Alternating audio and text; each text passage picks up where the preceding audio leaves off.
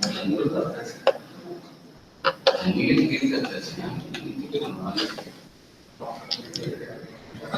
we'll study about a new topic, that is terminal logins. Okay, so basically whatever terminal things, whatever you will use it in there, how you will log in, that we will be studying. Okay, so in early Unix system like version 7, user logged in using a dump terminals. Okay, so it's kind of terminal was there. So one server was connected, different n number of monitors were connected to the one basic server. Okay, and they used to log in. Okay, so that is a direct connection was there, direct connection or remote connection. Through remote connection there is nothing but through using intermediate modem. Okay, so in either cases, login was through the terminal only. That is, maybe you are directly you are connecting to the that system or through the modem. Either cases, the connection was through the login through the terminal only. That is, the device driver is maintained for the kernel. Okay, that for the terminal, whatever you have for the terminal, device driver will be maintained by the kernel. Okay, inside that. Okay, for example, one common device was there, that is PDP11S, where DH11S and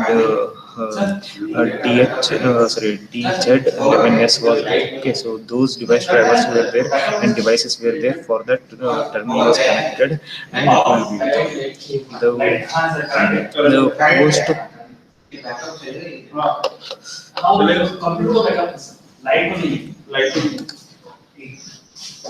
So here the fixed number of terminals were there. Okay, in these things, fixed number of terminals were there.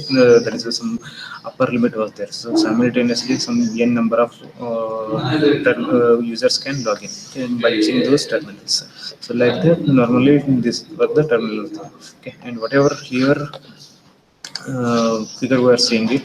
So in this figure is something but this is a BSD terminal. Okay, so whatever BSD is nothing but normal terminal, and here whatever we have, this is the BSD terminal. So in this BSD terminal, what was happening is, so whenever you have, so n number of processes were there, so those processes has to start the terminal. Okay, so here one file is there, that is nothing but slash etc slash tty. Yes, okay, so it's nothing but ttys is nothing but teleterminal. Okay, so whoever are I have the system administrator creates the file. Okay, this file will be created by system administrator. So one line per terminal device will be there. Okay, in that file, one line, whatever one line will be there, that is for the per device file will be there. So here,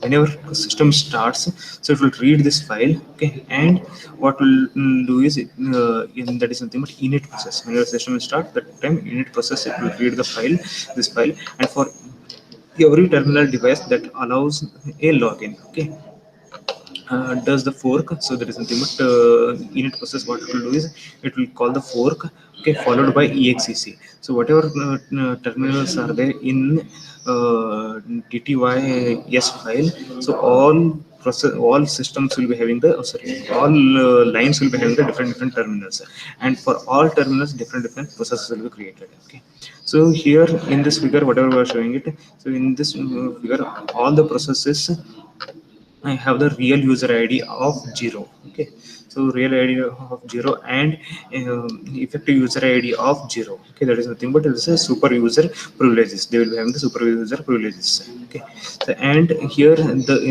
init process also. The init process also executes the GETTY program. Okay, so what is GETTY program is nothing but here normally whenever terminal will be there, that terminal what it will do is it will call the programs for a empty environment. Okay, so for a empty environment, so whatever environment is there related to the terminal, it will take it later. So by default it will call the exec file, which is kept as a getty. So it's nothing but external one. For a user, you have the terminal. Okay, so how many terminals are there inside a tty file? Okay, so those many inside tty file, those many fork will happen, and those many times exec will be called. Okay, so this exec, whatever we are calling it, so the exec is nothing but some different file it has to call. So that file itself is we are calling as a get, and this is get ty. Okay, so get different terminal, till terminal. Ty is nothing but till terminal actually. So always you have to call the that one. So here it's called different terminals. It means so all will be having the different terminals. Okay. So normally what will happen? So here this is initially system whenever it will start. So that time init process will be there. So what it will do? It will read the ttys file. Okay, and it will start the forking. So how many lines are there? Those many times it will fork it. Okay, so and it will call the exec. So after fork immediately it will call the exec. Nothing but tty it will call it. So whenever we are calling the tty, so it opens a different terminal for the user. So this is something but different program you are executing it. So then what we are doing is we are allowing for all those things, you are allowing the login. So for all the terminals we are allowing the login. Okay, so this is what normally add the in terminals. Okay, so same thing here, one example is there. So process id 1, so by default it will be there for the init. So login shell, you are through the login and tty. So whatever these steps are there, these steps are happened here. Okay, so login for the shell, so it will be created. So then it will be having the some different what device driver. The device driver what will do for communication purpose between these things it will use it. Okay, so here device driver is nothing but where we have the rs232. Okay, so that's something but normally we'll say as a UART kind of things.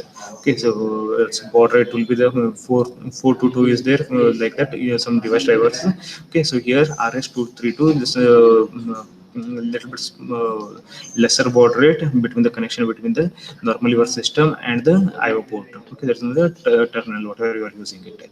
So normally we'll be having the front end kind of thing, that is your monitor. Okay, so for that device driver it's connected, then you will ask user to the connect to this terminal. So from here that user will communicate to the this terminal. So here this whatever terminal device driver is there, for this kernel will be having the privileges, and it will set the all the required things. Okay, and it will open the three FDs. Okay, that is nothing but the FD 0, 1, 2. So here remember normally FDs these nothing but standard input, standard output, and for a error. Okay, so these three things it will be open. So nothing but you have the three files. Okay, so for these three things FDs will be opened, and it will be communicated to the from the user to the your init process. Each will be having the one different terminals. Okay, so like this we will be having the network related also. Okay, so whatever we studied, this is nothing but standalone kind of things you can consider it. So here so whatever we are doing it is nothing but directly we are connecting to the from the one terminal to the normally uh, in a one system through one terminal to the directly you are communicating to the main system only. Okay, so now in a network how it will happen we'll see it. Okay, so here in between what we can say is whenever you are using network, so in between you can say as a something modem. Okay, so that modem how it will connect it, all those things we'll see it. Okay.